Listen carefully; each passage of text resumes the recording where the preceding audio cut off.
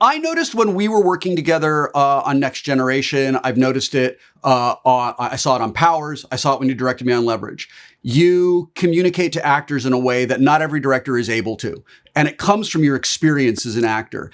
And you have the ability and the credibility to speak to Star Trek actors as a Star Trek actor. There's something very special about you directing Star Trek Discovery. And I understand one of Discovery's actors was actually flirting with retirement.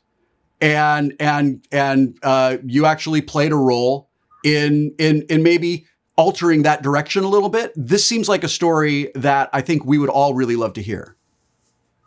This is a wonderful, Phumzile Sitole, who played Ndoye, who was that wonderful, the leader of the Federation, not the leader of the leader of Earth Federation or whatever that group is called. She's South African, and she wrote to me after the experience. I sent her a thank you and said how great she was in the cut. And she explained that that was her last audition. She was done. She was giving up acting. She hadn't had much luck getting work. And the experience she had on the set, specifically with Sonequa and Doug and Chris Heyerdahl, and the experience that the show gave her reinforced her love of the craft. That's wonderful. And made her decide to stay in the Union, and she is eternally grateful to Star Trek for all the right reasons, and we to her. Wow. And she didn't know. She didn't tell anybody that this job had changed her life while we were doing it. And she was such a pro, and she was so fabulous in the show. Oh, and then she revealed all this to me afterward, and I was so proud. I've never been prouder.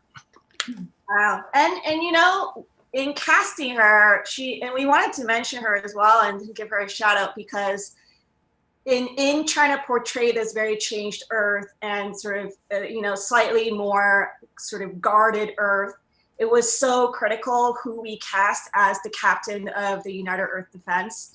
Because I think it would have been so easy to cast someone who seemed too tyrannical or too cold, too aloof, someone we couldn't really identify as someone who is from Earth.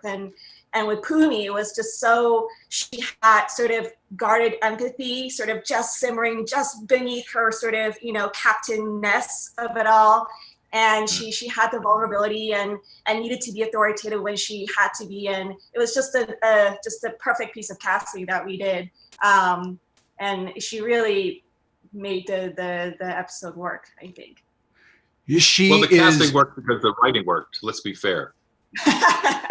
That's true. Seriously, I don't mean to blow smoke, but the writing of the character was written in a way that she was both empathetic and a bit of a hard ass, and frankly, felt sorry for the people on Discovery that they had missed the last 900 years. It was hard for her to wrap her head around.